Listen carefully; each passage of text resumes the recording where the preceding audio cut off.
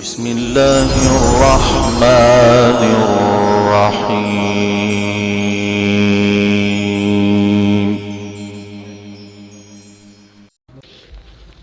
اعوذ باللہ من الشیطان الرجیم، بسم اللہ الرحمن الرحیم۔ ناظرین، میں ہوں رضی بھائی اور آج آپ کے لیے ایک اور ویڈیو کے ساتھ حاضر ہوں۔ سب سے پہلے تو ایک خوشخبری ہے، میرا ایک ٹور ہوا اور میں چونکہ عرب کے اندر ہی ہوں تو کچھ علماء سے میری ملاقاتیں ہوئیں، یہاں کے علماء سے ایک اچھے انداز سے گفتگو ہوئی، تو بعض علماء نے مجھے گفٹ دیے۔ یہاں کے علماء کا ایک بڑا خوبصورت رویہ ہے، بیشک وہ حنبلی ہیں، وہ امام اعظم حنیفہ کے مقلد نہیں بلکہ امام احمد بن حنبل کے مقلد ہیں اور رفع یدین کے ساتھ نماز پڑھتے ہیں زیادہ تر، لیکن بڑے خوش اخلاق لوگ ہیں یہ۔ تو بعض علماء سے میری ملاقاتیں ہوئیں تو انہوں نے مجھے اپنا یہ جو ان کا ایک یہ لباس ہے، عربی لباس، یہ مجھے گفٹ کیے ہیں 2-3۔ تو یہ ایک خوشخبری تھی میرے لیے، بڑی اعزاز کی بات ہے اور بڑی خوشی کی بات ہے، تو میں نے کہا چلو ناظرین سے بھی شیئر کر دیتے ہیں۔ اگلی بات،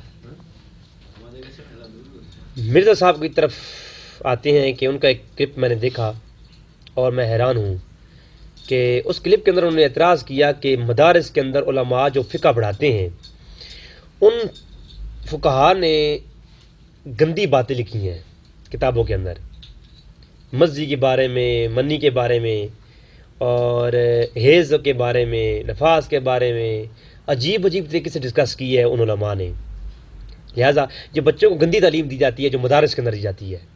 یہ ایک ایسا اعتراض کہ جو ایک صاحب شعور شخص سمجھ سکتا ہے کہ یہ کس طرح کی لینگویج یوز کی جا رہی ہے علماء کے بارے میں اور فقہاء کے بارے میں، اور پھر علمی کتابی ہونے کا دعویٰ بھی بندے کا ہو اور وہ بندہ اس طرح کی گفتگو کرے تو بندے کو دکھ تو لگتا ہے نا۔ سب سے پہلے میں آپ کے سامنے کچھ چیزیں پیش کرتا ہوں کہ منی کیا ہے۔ اب تھوڑی سی کریٹیکل گفتگو ہے، اس بارے میں گفتگو کرنا نہیں چاہ رہا تھا، لیکن چونکہ یہ اب قرآن و حدیث میں اس کا تذکرہ ہے، ذکر ہے، علماء نے مکمل ڈسکس کیے ہیں یہ عنوان، تو میں تھوڑا مختصراً اس پہ نظر ڈالوں گا چونکہ یہ چیزیں حدیث کے اندر کدھر ہے۔ میں صرف ٹچ کروں گا اس عنوان کو آج، انشاءاللہ آنے والے وقت میں حیض کے بارے میں، نفاس کے بارے میں، منی کے بارے میں، مزی کے بارے میں اور بدی کے بارے میں ایک پورا لیکچر تیار کر رہا ہوں انشاءاللہ، تاکہ تمام بھائیوں کے لیے اس کا فائدہ ہو، اور طہارت کے جب مسائل بیان ہوں گے تو انشاءاللہ اس کے ساتھ میں بیان کروں گا۔ میرا اس طرف آنے کا تو نہیں تھا، جی نہیں کر رہا تھا، لیکن چونکہ یہ ضروری ہے، دور حاضر کے اندر ہمیں ان مسائل کا پتہ ہونا ضروری ہے۔ سب سے پہلے منی کیا ہے اور مزی کیا ہے اور ودی کیا ہے، تھوڑی سی آسان لفظوں میں بتا دیتا ہوں۔ شہوت کے ساتھ وہ پانی جو شرمگاہ سے اچھل کر نکلتا ہے، کود کر نکلتا ہے، اسے منی کہتے ہیں۔ اب منی کے رنگ اور مزی کے رنگ کے متعلق صحیح بخاری اور مسلم میں حدیث موجود ہے اور پورے چیپٹر ہیں ان عنوان پر، قرآن کریم کے اندر حیض اور نفاس کے بارے میں پورے چیپٹر ہیں۔ اب کوئی شخص یہ کہے کہ جی قرآن میں کیسی کیسی باتیں لکھی ہوئی ہیں، اللہ فرماتا ہے میں ایسی باتیں کرنے سے شرم نہیں کرتا، اللہ بے شک ایسی باتیں بتانے میں شرم نہیں کرتا۔ تو اللہ تبارک تعالیٰ نے ہمیں یہ بتائی ہیں چیزیں، اور علماء اس پہ جب اپنی کتابوں میں ڈسکشن کرتے ہیں تو بعض اس طرح کے جاہل لوگ کہتے ہیں جی یہ دیکھیں یہ لوگ کتابوں کے اندر کیسی باتیں لکھ رہے ہیں سیکسی قسم کی، حالانکہ یہ سیکسی باتیں نہیں ہیں بلکہ یہ مکمل تعلیم ہے کہ ہر شخص کو پتہ ہو کہ شرمگاہ سے جو پانی نکلتا ہے وہ مزی کون سا ہے، منی کون سا ہے اور ودی کیا ہے، پھر اس کے طہارت کے اصول تبھی معلوم ہوں گے آپ کو اور آپ پاکیزہ تبھی رہ سکیں گے۔ اسلام باقاعدہ ایک پاکیزگی کا نام ہے، انسان مکمل طور پر اب زیر ناف بال کاٹتے ہیں تو یہ کیا ہے، یہ ایک پاکیزگی ہے، صفائی ہے، کیونکہ صفائی نصف ایمان ہے، اور طہارت کے مسئلے میں اسلام بڑی سختی اختیار کرتا ہے۔ ظاہر سی بات ہے اسلام جب طہارت کا مسئلہ بیان کرے گا تو وہ حیض کا بھی مسئلہ بیان کرے گا، نفاس کا بیان کرے گا، منی اور مزی کے متعلق بھی مکمل بیان کرے گا، جیسا کہ آگے حدیث کے اندر میں آپ کے سامنے یہ پیش کرتا ہوں۔ لہٰذا پہلی چیز منی کیا ہے، وہ پانی جو شہوت کے ساتھ شرمگاہ سے کود کر نکلے، اچھل کر نکلے، وہ منی کہلاتا ہے، ٹھیک ہے. اور اس کے بعد شہوت چلی جاتی ہے. جب یہ پانی نکلتا ہے تو شہوت چلی جاتی ہے اور مرد کا عضو تناسل ڈھیلا پڑ جاتا ہے. یہ منی نکلنے کی نشانی ہے. یعنی شہوت، جب منی خارج ہوگی تو آپ کی شہوت زائل ہو جائے گی. یہ پہلی چیز. آگے چل کے حدیث کی روشنی میں بات کروں گا اسی متعلق. دوسری چیز کیا ہے؟ مزی. مزی کیا ہے؟ جب میاں بیوی آپس میں بوس و کنار کرتے ہیں یا باتیں کرتے ہیں یا کھیل کود کرتے ہیں جماع سے قبل، اس دوران شہوت بڑھ رہی ہوتی ہے، اور اس شہوت کے ساتھ جو شرمگاہ سے پانی نکلتا ہے بغیر اچھلے، جو قطرے آتے ہیں، جو پانی نکلتا ہے اسے مزی کہتے ہیں. شہوت کے ساتھ وہ پانی جو اچھل کر نہ نکلے بلکہ کھیل کود کے دوران نکلے. میں کوشش کروں گا کہ زیادہ بہترین لفظ استعمال کروں اس معاملے میں. یعنی جو کھیل کود کے دوران، میاں بیوی کے کھیل کود کے درمیان جماع سے پہلے جو پانی نکلتا ہے شرمگاہ سے، اسے کہتے ہیں مزی. اور یہ جو پانی ہے، اس کے نکلنے کے بعد شہوت ختم نہیں ہوتی بلکہ شہوت لمحہ بڑھ رہی ہوتی ہے. اس کو مزی کہتے ہیں. اور اس کے بارے میں باقاعدہ طور پر ایک حکم ہے، وہ آگے چل کے میں بخاری اور مسلم کی صحیح روایت پیش کروں گا آپ کے سامنے. اور بخاری مسلم میں ہے کہ، اور سنن نسائی کے اندر بھی یہ روایت موجود ہے، 193 سنن نسائی. حدیث کے لفظ دیکھیں، وَإِذَا رَأَيْتُ مَزِي. حضرت علی رضی اللہ عنہ فرماتے ہیں کہ حضور نے مجھے فرمایا، وَإِذَا رَأَيْتُ مَزِي، جب آپ نے دیکھا کہ مزی نکلی ہو. حضور نے فرمایا حضرت علی کو کہ علی، جب آپ دیکھیں، آپ کو نظر آئے مزی نکلی ہوئی، فَغْسِلْ ذَكَرَكَ، تو آپ نے اعلی تناسل کو، اپنی شرمگاہ کو دھو لو. جب مزی نکلے تو کیا کرو؟ اپنی جو ہے شرمگاہ کو دھو لو. وَتَوَضَّأْ وَضُوءَكَ لِلصَّلَاةِ، اور پھر تم وضو کرو جیسے نماز کے لیے کرتے ہو اور نماز ادا کر لو. یعنی مزی کے ساتھ غسل فرض نہیں ہوتا، غسل واجب نہیں ہوتا. مزی نکلے تو آپ صرف اور صرف شرمگاہ کو دھو کر کے وضو کریں اور نماز ادا کر لیں، نماز ہو جائے گی. یہ ابن ماجہ اور سنن نسائی، بخاری مسلم کے اندر روایت موجود ہے، اور سنن نسائی کی روایت نمبر ہے 193.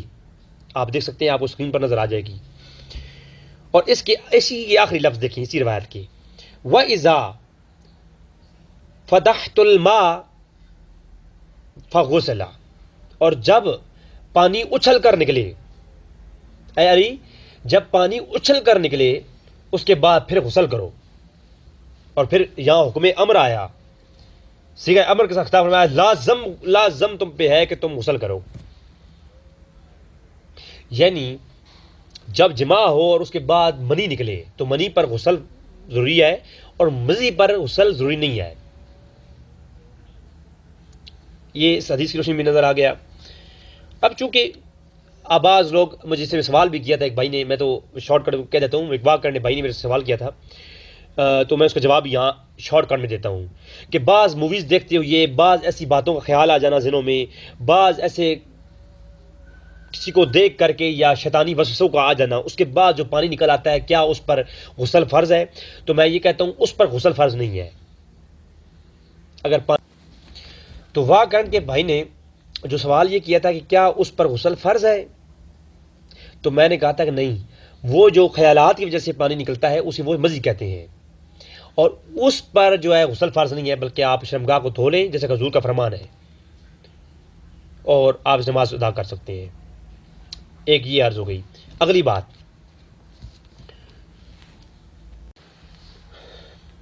تو یقیناً آپ کو یہ بات سمجھ آ گئی ہوگی کہ منی کیا ہے اور مزی کیا ہے. اور اس کو جب فقہا ڈسکس کرتے ہیں کتابوں کے اندر تو جو ہے پھر مرزا جیسے لوگ کہتے ہیں کہ یہ بے حیائی ہے کتابوں کے اندر، حالانکہ مرزا صاحب کے اپنے کئی سیکس پر لیکچر ریکارڈ ہیں. چلے میں اس طرف نہیں جاتا، میں جو موضوع چھڑا ہوا ہے تھوڑی سی اس پہ ایک روایت اور پیش کرتا ہوں، اسے جا چاہوں گا. صحیح بخاری کے اندر حدیث نمبر ہے 4480، اور صحیح بخاری کتاب التفسیر کے اندر یہ روایت موجود ہے. میں آپ کے سامنے یہ بھی پیش کر دیتا ہوں. ایک شخص جس کا نام میں نے بھی نوٹ کیا تھا، عبداللہ ابن سلام حضور اکرم صلی اللہ علیہ وسلم کی برگاہ میں آئے رضی اللہ تعالیٰ عنہ۔ عبداللہ ابن سلام نے آ کر کہا کہ یا رسول اللہ، میں آپ سے ایک سوال کرتا ہوں، آپ سے 3 سوال کرتا ہوں، اور اس کا جواب ایک نبی ہی دے سکتا ہے۔ جو سوال میں کرنا چاہتا ہوں آپ سے، ان کے جواب کوئی نبی ہی دے سکتا ہے۔ جب سوال کیے گئے، حضور نے فرمایا پہلا سوال کرو، تو اس نے سوال کیا کہ یا رسول اللہ، قیامت کی پہلی نشانی کیا ہے؟ قیامت کب قائم ہوگی، اور قیامت قائم ہونے کی پہلی نشانی کیا ہے؟ اور فرمایا دوسرا سوال میرا یہ ہے، جنتی جو حضرات ہوں گے، جنت میں سب سے پہلا کھانا کون سا کھائیں گے؟ صحیح بخاری 4480۔ صحابی رسول نے سوال کیا، حضور یہ نہیں فرمایا کہ مجھے ان چیزوں کا علم نہیں ہے، قیامت کب قائم ہوگی، اس کی نشانی کیا ہے، اور جنت کے اندر کھانا کیا ہوگا، مجھے کیا پتا؟ اللہ ہی جو ہے یہ علم رکھنے والا ہے، چلے وہ بحث نہیں ہے۔ خیر، فرمایا کہ جنتی پہلا کھانا کون سا کھائیں گے، یہ دوسرا سوال۔ اور تیسرا سوال کیا کہ بچہ ماں کے پیٹ میں ماں کی شکل کب اختیار زیادہ کرتا ہے، ماں کے ساتھ نقش و نین کب اس سے زیادہ ملتے ہیں، اور باپ کے ساتھ جب نقش و نین ملے بچے کے، تو اس کی وجوہات کیا ہیں؟ اس پر میرا ان قریب ایک لیکچر آنے والا ہے، سائنس اور احادیث رسول اللہ علیہ وسلم۔ میں آپ کو یہ سائنس کی اس کی تحقیق پیش کروں گا جو حضور صلی اللہ علیہ وسلم نے یہ حدیث بیان فرمائی، اس کا جواب فرمایا کہ بچہ جب پیدا ہوتا ہے تو اس کی شکل ماں کے ساتھ میچ کر رہی ہو، اس کے پیچھے کیا ریزن ہے، اور اس کے نقش و نین باپ کے اوپر گیا ہو وہ، تو اس کے پیچھے ریزن کیا ہے؟ تو اس ریزن کی جو بیک ورڈ میں جو اللہ کی قدرت ہے، جو نیچر ہے، اس پر سائنس کی جو تحقیق ہے وہ پیش کروں گا، جو حضور کا فرمان ہے وہ پیش کروں گا انشاءاللہ تبارک تعالیٰ۔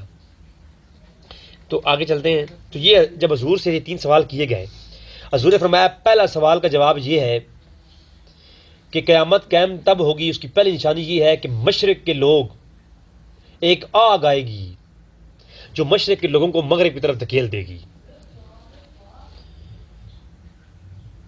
مغرب کی طرف۔ وہ اقبال نے کہا تھا نا کہ میں ازمائے خانہ مغرب چشیدم، بجان من درد سر خریدم۔ تو یہ مغرب کی طرف ایک ہوا، ایک آگ آئے گی جو لوگوں کو، مشرق کے لوگوں کو مغرب کی طرف دھکیل دے گی، ہر کوئی یورپ جائے گا۔ میں تو اسے یہ مفہوم لیتا ہوں، علماء نے کچھ اور لیا ہے۔ تو یقیناً پہلا جواب حضور نے یہ ارشاد فرمایا، یہ قیامت کی نشانی میں سے پہلی نشانی۔ اور دوسری چیز کہ جنت کے جنتیوں کا پہلا کھانا کیا ہوگا، تو فرمایا مچھلی کا کلیجے کے ساتھ کا ایک خاص حصہ، مچھلی کا کلیجہ، مچھلی کا جو کلیجی ہوتی ہے اس کے ساتھ ایک خاص حصہ ہے، وہ جنتیوں کا پہلا کھانا ہوگا۔ اور تیسرا سوال جو تھا، جو میرے آج عنوان کے مطابق ہے، تو حضور نے فرمایا اگر باپ کا پانی جو عضو تناسل سے نکلا وہ ماں کے رحم میں پہلے پہنچے تو جو بچہ پیدا ہوگا اس کے نقش و نین باپ کے جو ہے نا مطابق ہوں گے، دیکھنے میں باپ جیسا ہوگا، اس کی عادات اس کی باپ کی جیسی ہوں گی۔ اگر ماں کے پیٹ میں جو عورت ہے اس کا خون، اس کا پانی جو ہے وہ اس رحم میں جا کر کے پہلے جائے اور وہ حاوی آ جائے، وہ غالب آ جائے مرد کے جو ہے پانی پر، تو پھر جو ہے حضور نے فرمایا کہ جو بچہ پیدا ہوگا اس کے نقش و نین، اس کی عادات ماں کے مطابق ہوں گی۔ اور آج سائنس کی تحقیقات میں پیش کروں آپ حیران ہو جائیں گے، لیکن انشاءاللہ ان قریب اسی عنوان پر میں ایک سائنس کا لیکچر بھی لوں گا کہ سائنس کیا کہتی ہے کہ ماں کے پیٹ میں بچہ پیدا کب ہوتا ہے، بنتا کب ہے، اور اس کے اندر خصوصیات کیا ہوتی ہیں، ساری حضور کی روشنی، حدیث کی روشنی میں سائنس کو کوٹ کروں گا انشاءاللہ۔